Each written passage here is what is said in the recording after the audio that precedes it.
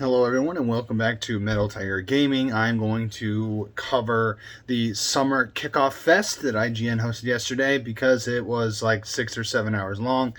I just wanted to go ahead and make it easier for everybody. I took all the notes that you guys need to know, so we'll go ahead and put that in there. Before we begin though, make sure you guys hit that like button, comment on this video with some things you guys are hoping we're going to see from E3 this weekend, and make sure to go ahead and subscribe. Doesn't hurt you guys, makes me feel good, so let's go ahead and get into it. So the first thing that they went into, which I thought was kind of interesting, was something called Tiny Tina's Wonderland, and it was actually from Gearbox and 2K. And it's actually supposed to be Borderlands themed, so Borderland fans, get in there. It's only related though. It's not like a main game, quote unquote, or what Uncharted did when it was like, yeah, it's a main game, but it's like DLC. It's not like that. It's like its own game, and it's supposed to have its own arc and character development, that whole thing. So, look out for that because you're big Borderlands fans.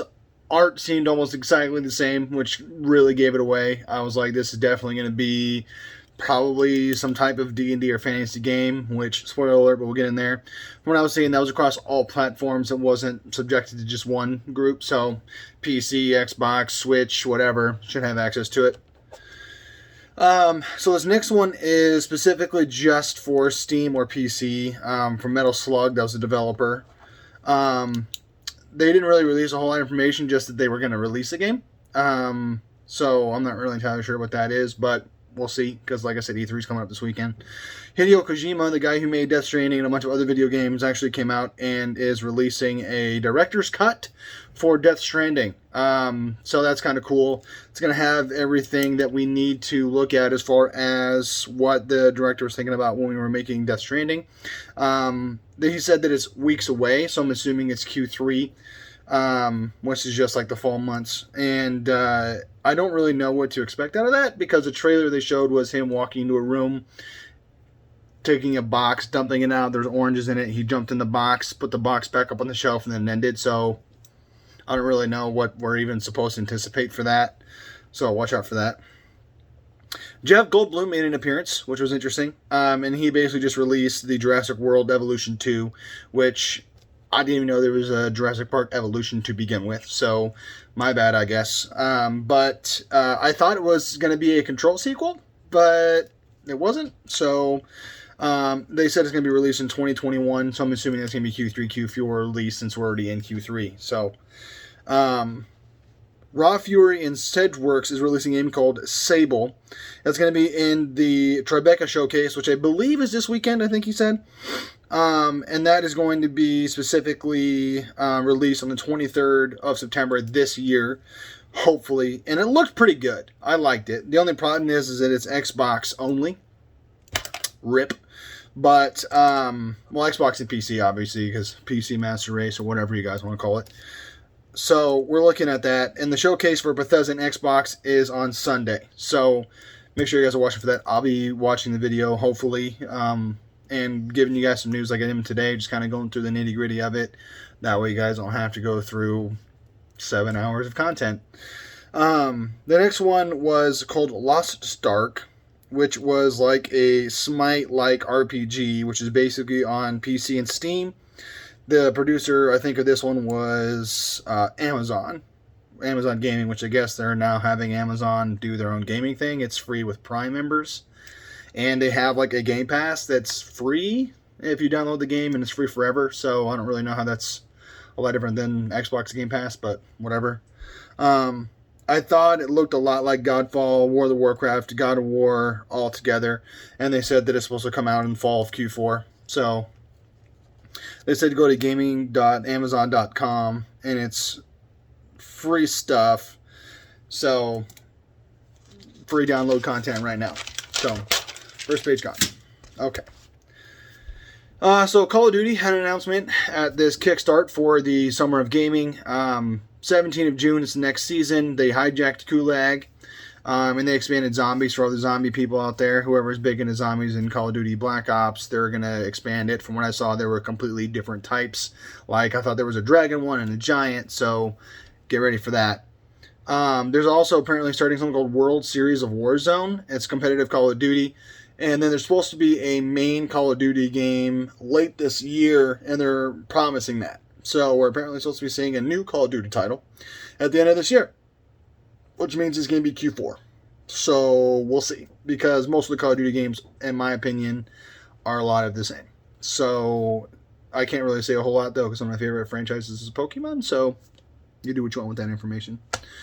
Ryan Reynolds made an appearance, not to really announce a video game, except he did, because Elden Ring, which is the very last one, which looks freaking sweet, but he wanted to put out a announcement for his movie Free Guy, which comes out the 13th of August, which is basically about a guy who's an NPC that breaks out into the open world and finds out that he's ready to go.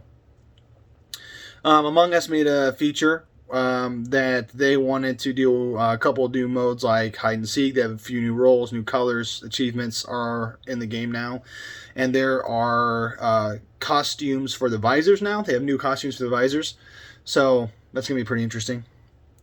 For the indie showcase, Shohei Yoshida did some PlayStation indies for Fingy Romanov, which was a Chicory, A Colorful Tale.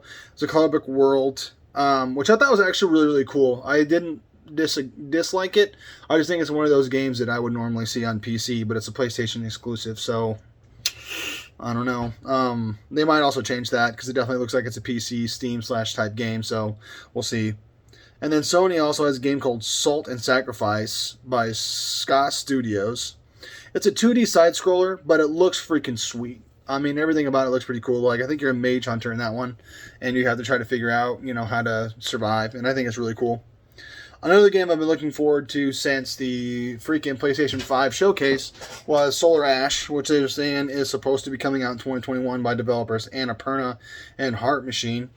So, we'll see if it comes out.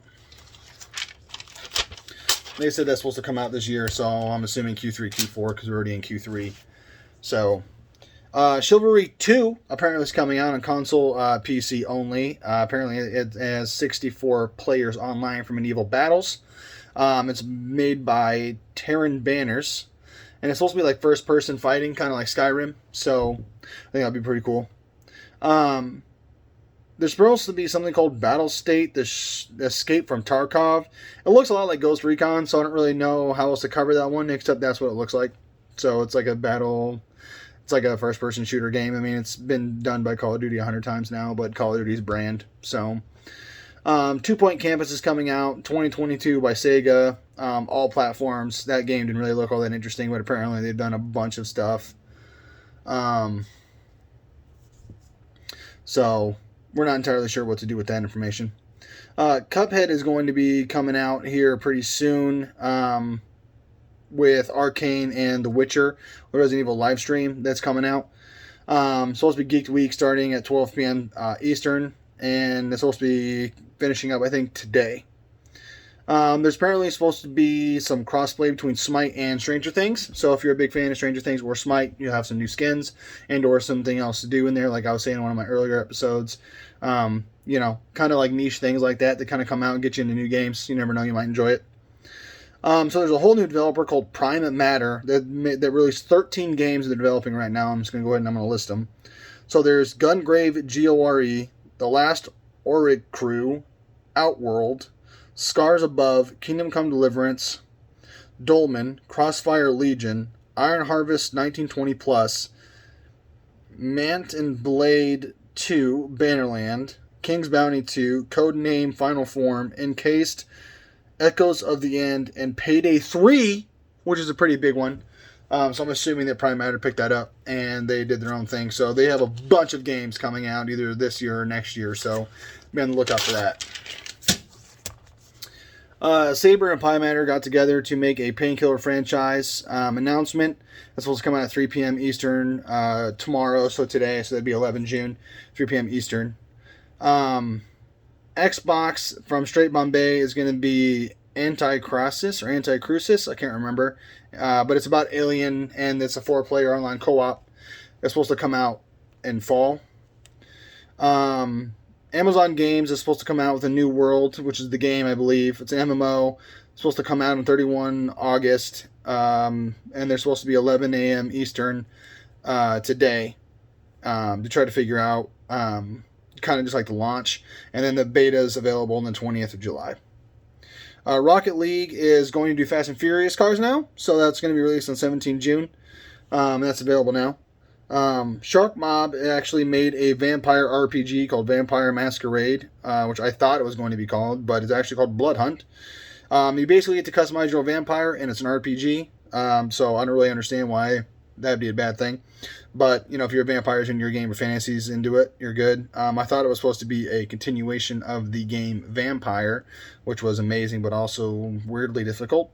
Bloodhunt.com is where you can go play it, and it's available 2 July, I think, for the beta, or the alpha, I think. And then from Until Dawn, Little Picture Anthology, comes a new game called House of Ashes, so it's another horror survivor game, which comes out on 22 October 2021. That was a hard release date. So if you guys are a big fan of the horror games like I am, there's another one coming out this year. Go grab it. And again, that comes out 22 October of 2021. Okay. So the next one is from Bandai Namco Entertainment, Tales of Arise. That comes out on all consoles. It's very reminiscent of Fire Emblem. It comes out on 10 September of 2021. Apparently they have a whole series of Tales of. This is the first time I've ever heard of it, but apparently they're really big. Coming to Switch, which still no news on the Pro yet, but I'm waiting on it. Coming out is the La Petite Prince, which is the 6th of July from Pomes, and then Sky Children of the Light, which comes out on the 29th of June. Those are on the Switch. Those are Switch exclusives. Coming to Xbox in 2022 from Wishfully is Planet of Lana, which that game looked pretty fun. It's about a lady and her cat trying to commit to adventures. It's like a cartoony-ish 2D side-scroller look, so if that's your thing. Update from Overwatch. They're doing Overwatch 2, excuse me. They're doing a 5v5 format, and they have new skins for Baptiste and some other person I can't remember because I don't play the game, so my bad. So there actually is going to be a D&D game, which I'm pretty stoked about, called D&D Dark Alliance. It comes onto the Game Pass 22 June. It's on Xbox, it's on PlayStation, it's on Switch, everywhere. So we're pretty stoked. Paladins Champions of the Realm from Genlock is another game that's coming out that's on all platforms. Apparently it's only going to be on old gen, though. They didn't say anything about next gen, but next gen can play old gen, so I don't know why they didn't just put the new gen, but whatever.